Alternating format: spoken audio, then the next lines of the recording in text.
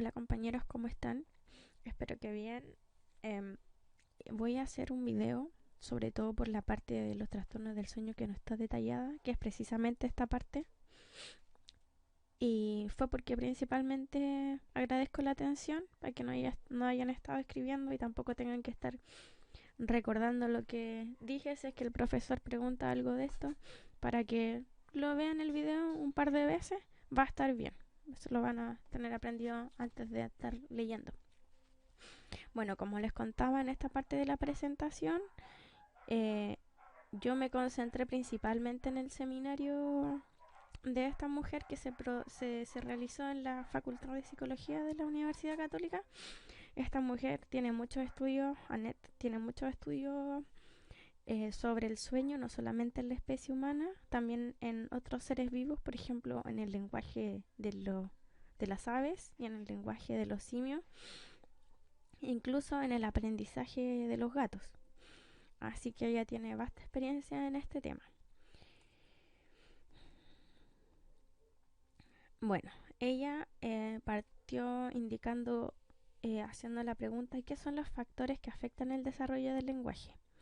Afecta la estabilidad emocional, una dieta saludable, el estímulo cognitivo. Del estímulo cognitivo me refiero a aquellos objetos o figuras que son llamativas, figuras, sonidos, texturas, y sobre todo uno de los factores que afecta profundamente el desarrollo del lenguaje es el sueño. Ella partió diciendo en este ítem que si el niño duerme, aprende. El sueño es un proceso también cognitivo. Parte desmintiendo que dormir no es sinónimo de actividad. Y eso es lo que se piensa erróneamente, que en el sueño existe una desconexión neuronal o una especie de descanso, desconexión entre la realidad y lo que pasa afuera y lo que pasa dentro nuestro cuando dormimos.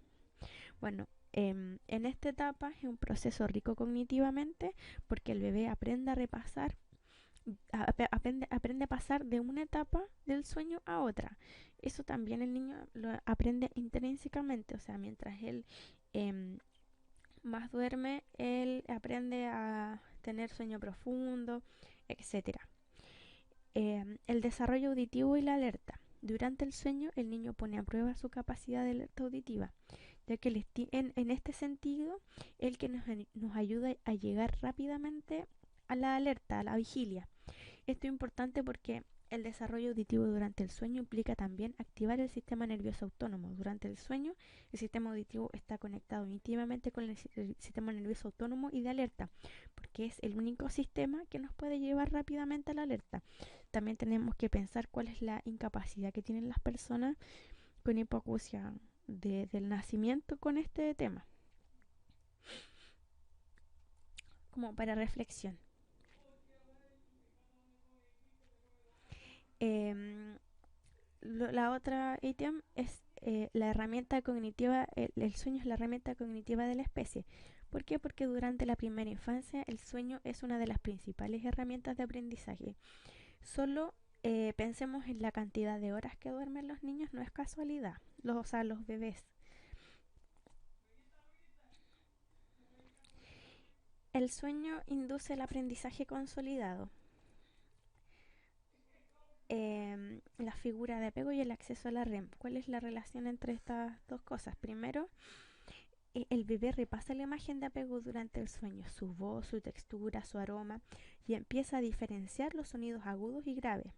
Entonces, al repasar la figura de apego, o incluso aquellos juguetes o objetos que fueron más importantes durante la jornada, nos indica que en ese momento, en el sueño, el niño empieza a consolidar su aprendizaje. También pensemos que repasar la figura facial humana es un precursor del lenguaje no verbal.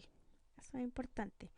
Bueno, ¿y por qué pasa esto? Porque durante los primeros años de vida el niño accede más rápidamente a la etapa REM, que es la etapa imaginativa, la etapa de las representaciones mentales, y recordemos que el lenguaje también es un fenómeno abstracto.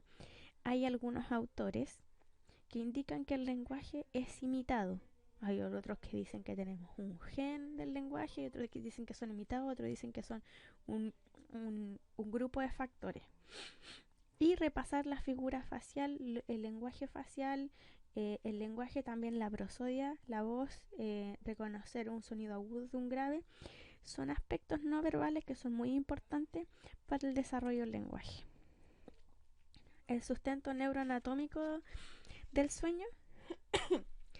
Durante la primera infancia existe una autoinhibición del lóbulo prefrontal y una activación del lóbulo o de la zona, mejor dicho, temporoparietal.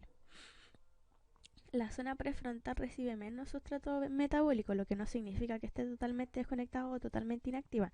Solamente recibe menos sustrato metabólico. Es decir, que baja su actividad en comparación a la zona medial del cerebro. ¿Qué encontramos en esta zona? El área perisilviana, sustento neurofisiológico del lenguaje.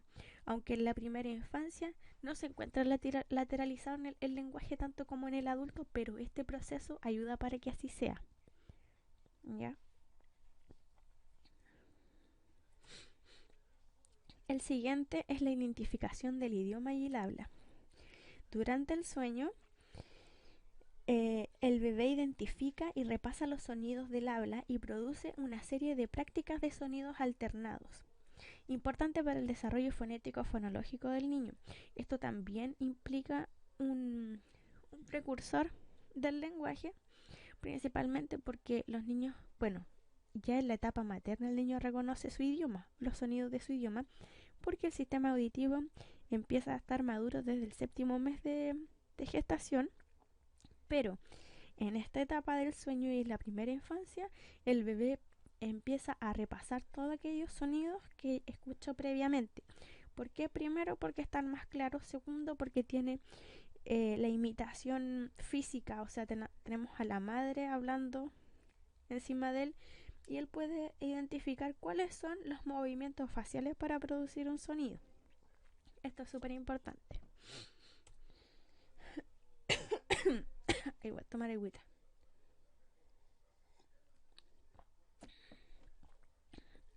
Dos casos que ella habló de más síndromes en el seminario, sobre todo de síndrome de Williams, de Prader-Willi también habló, pero los que a mí más me importaron o los que más me llamaron la atención porque fueron más claros también es el caso del síndrome de Down y los trastornos del espectro autista con relación al sueño. Las personas con síndrome de Down padecen de apnea del sueño y mejora con la extracción de amígdalas.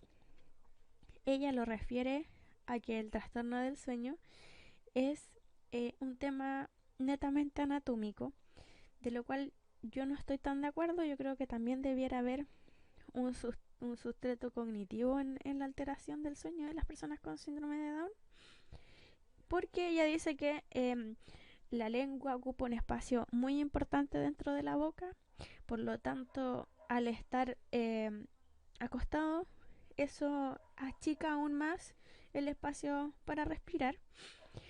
Y las personas del espectro del autismo tienen un sueño fragmentado y cuando ya más grandes sufren de sonambulismo. Es muy importante esto del sueño fragmentado, principalmente porque el hecho de que la persona del espectro tenga un sueño fragmentado significa que le cuesta más llegar a la etapa imaginativa.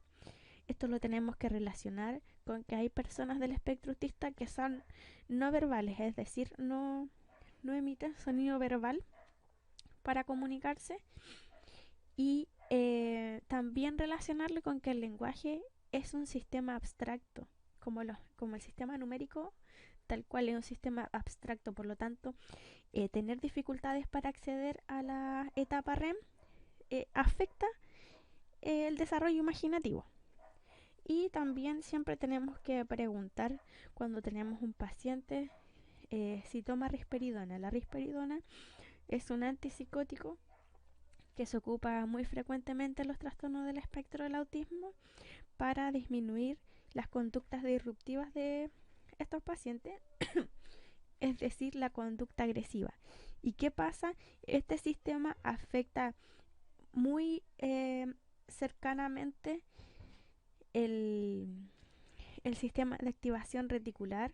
Por lo tanto, siempre los padres le dan este medicamento en el día para que lleguen al colegio sin mala conducta, para mantenerlos regulados. Entonces va a perderse los aprendizajes del día y además va a llegar la noche, va a dormir en el día, va a llegar la noche, no va a poder dormir y todo lo que eso conlleva, que ya lo dije. Bueno, esa sería la presentación. Y perdón por tanto.